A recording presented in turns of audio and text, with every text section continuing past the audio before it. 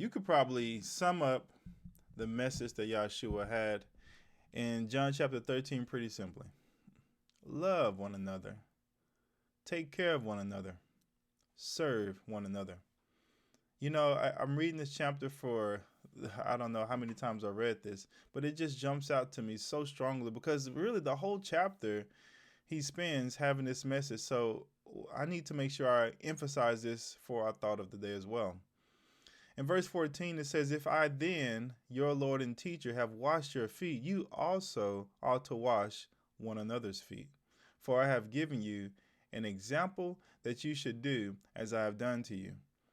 Look, he's not talking simply about washing feet, is he? Like everyone should be washing your feet. Why aren't you washing their feet? Why aren't you? It's not about that. He says, look, I'm giving you an example. I'm showing you what you should be doing, the heart of what you should be doing. What is it about the washing of feet? And what is it about serving one another in this way that is so peculiar? Well, when you serve in this way, he's not expecting to receive anything back. There's no quid pro quo, as I've washed your feet, so remember that because I want you to wash mine next time. So as we serve one another, our family members, our friends, our neighbors, co-workers, let's ask ourselves, well, first of all, am I serving other people with this intention? Because he served others and he served us and he still serves us without saying, well, now you better pay me back because I did something for you. Now, obviously, this person should be grateful and have a certain response, but that's on them. So, but let's make sure our hearts are so filled as to give, not looking for ways we can receive. So, first, he gives us the example of washing each other's feet. Then he reiterates this message later. Um, Here, which is so powerful, he says, "People will know that you're my disciples." This is how people will recognize you. This is how you're going to be lights in your home, in the world, in your family reunions, around the holy days. Whenever you're around people, they're going to recognize you like this. Not because of the Christian t-shirt that you have, not because of the foods you decide to eat or not eat, not because of the clothes you wear so much. Not just those things. I'm sure those things have some merit. But he says, it's the way you love one another. How do you love one another? I wish I could take the time to do a lesson, but I wanted to keep in sync with the spirit and the time limit that I've done so far in these videos. But to look at what does it mean to love will blow anybody away. Because our idea of love comes from the world oftentimes, from the movies, from the songs and media. And it's really based on our emotions, our feelings. And we love people who make us feel good. But if we're to go to 1 Corinthians 13 and look at the other chapter, the other 13, right, that talks about love, here's what it says. Love is patient and kind. You see, that has nothing to do with our feelings and emotions. So if you're doing this with someone consistently, you're patient, that means you've been in a situation that's trying and difficult. Because patience is not necessary where things are easy. You're kind when you don't feel like being kind. This is a decision. This is something you're doing. It does not envy or does not boast. Again, a decision that this person is doing, not an emotion. It's not arrogant or rude. It does not insist on its own way. See, this person has what is called in the Greek agape love, an unconditional, a love in which they've decided to love this person no matter what. No matter what they say, no matter how they treat me, I still will be kind and I'm still going to be patient. I'm not going to boast. I'm not going to be arrogant or rude. Man, there's so many good times, guys, when I feel so good and justified for my anger, for being impatient. You've crossed the line. I'm working on this with my daughter. I said, look, I'm not going to raise my voice. I'm working on this with my wife to be impatient.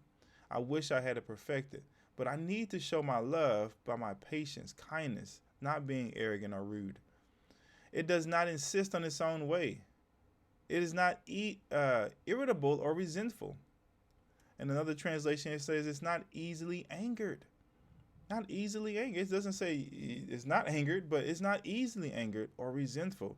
It does not rejoice in wrongdoing, but rejoices with the truth.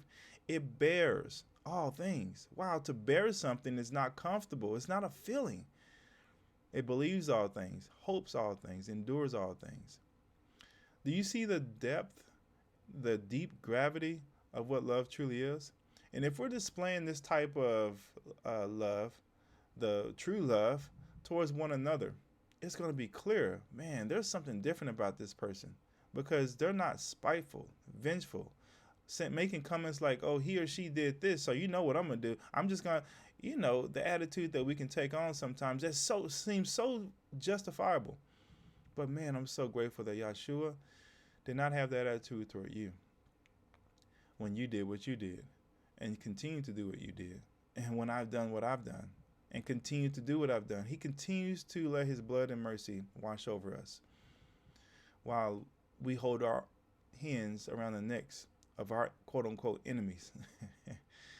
Let this not be, guys, but instead, let us be sure that we too are displaying that same mercy that he's shown to us. So he washed their feet.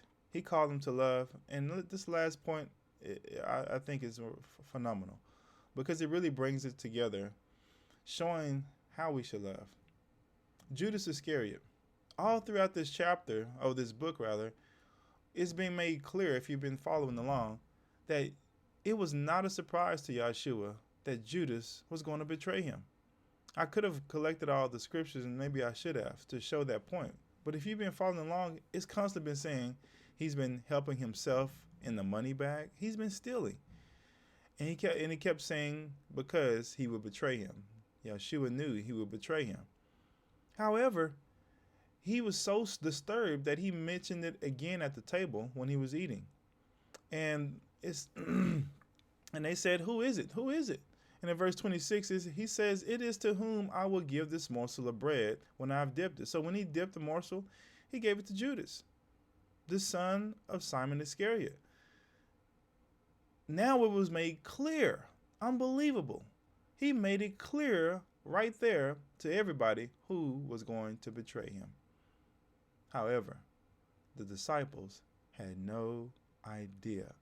Even at this point, how is it that they had no idea? Well, first of all, let me read it to make sure we're all on the same page, that they had no idea. Then after he had taken the morsel, Satan entered into him. Jesus said to him, "What are you going to do? What you are going to do quickly." No one at the table knew why he said this to him. Even though he just said, this guy's going to betray me, they didn't still understand what you're going to do. Do it quick. Do what? What is he? Some thought because he had the money bag, he was telling them they're going to buy what we need for the feast or give something to the poor, because that's just what we always do. Here's my point. Why did the disciples not know that Judas was stealing, that Judas was going to betray him? It was clear to Yahshua. Well, the answer is easy and convicting for some of us. He didn't gossip. He didn't see the need to say, well, yeah, I know that. He's wrong for that. And we want to talk about it. And we want to herald the people's wrongs on the rooftops and say, no, this is wrong. People need to know. We're going to tell. He says, no, they don't need to know. Even to the point where he said, I'm going to tell you who it is.